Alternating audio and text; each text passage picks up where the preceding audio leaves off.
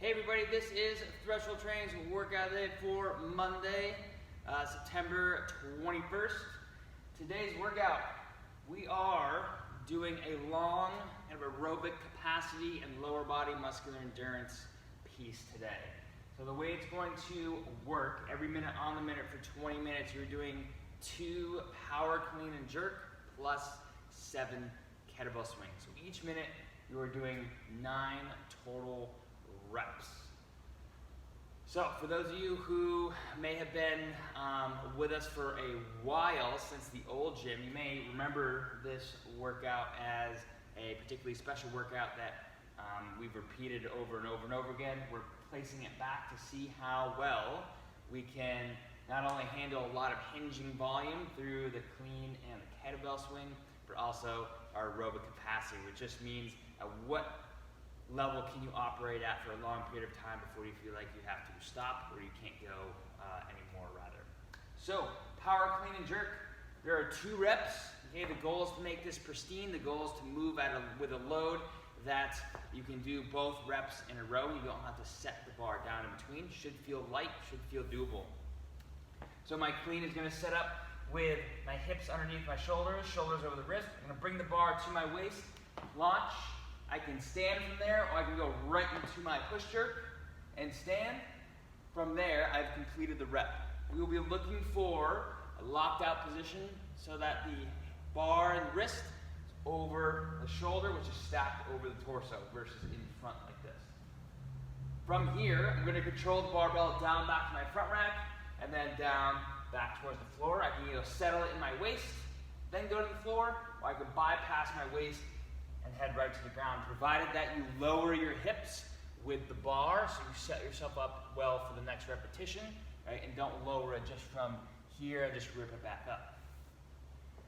For the kettlebell swings, 2 variations we're going to go over today. One of the kettlebell swings is going to be one where you don't bend your arms. One of them is going to be with bending the arms. So if you don't bend your arms, you have a little bit more time and attention with the grip as you go overhead, okay? But you don't have as much shoulder or arm involvement as the second variation. So I'll show both. So the first variation, I'm getting the kettlebell through my hips up overhead. Notice that my knees and hips are driving at the same rate, but my arms are pretty straight as I go back and forth.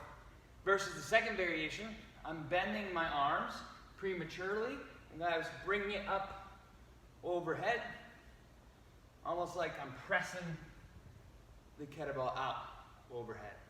So that might be a touch bit faster, a little bit less daunting on the wrist or grip, and it might save me as I go through this long every minute on the minute. So play around with both.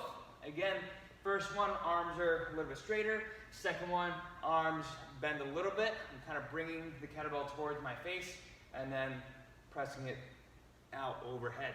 For those of us with shoulder issues as we go overhead, you can keep your arms bent. What I advise you to do is take as wide of a grip on the kettlebell as you can. But essentially, we're finishing overhead if possible, unless we have a shoulder injury. As we come down, make sure, yes, chest comes over the toes, but not so far that the kettlebell is dangling by the ground. Once we are done this, then we're going to go to part B, which is a Tabata. We're going to alternate movements. In a Tabata, you're working for 20 seconds, accumulating reps. And then you are taking 10 seconds of rest. In this Tabata, we're going for 8 total rounds. First movement, you'll be accumulating reps of a seated pike up over hurdle. So going back and forth. I have a kettlebell here. This could be a dumbbell standing on this edge like that. This could be a paper towel holder. As you get closer to the object with your body like this, the harder it is to get up and over because you'll need more height to clear it versus if the object is right by your feet. Also, your fingers, if they are closer to your feet, it's going to be harder to get up and over the object versus if you're leaning back, it'll be easier. So find a variation that you can continue to perform multiple reps of and without bending the knees or stopping. Then The second variation, you will need your barbell. You're gonna put the barbell in the center ring of a plate.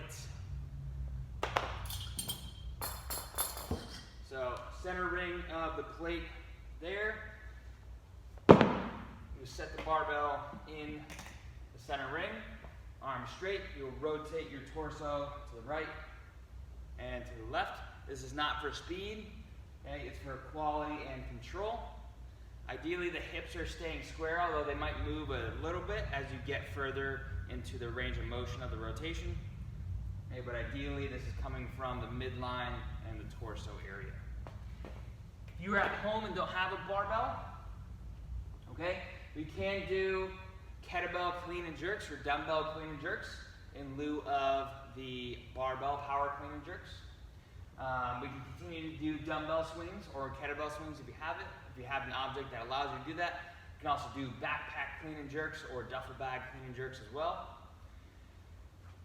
For the Tabata, if you don't have a barbell to rotate with, you can do a seated rotation, like so.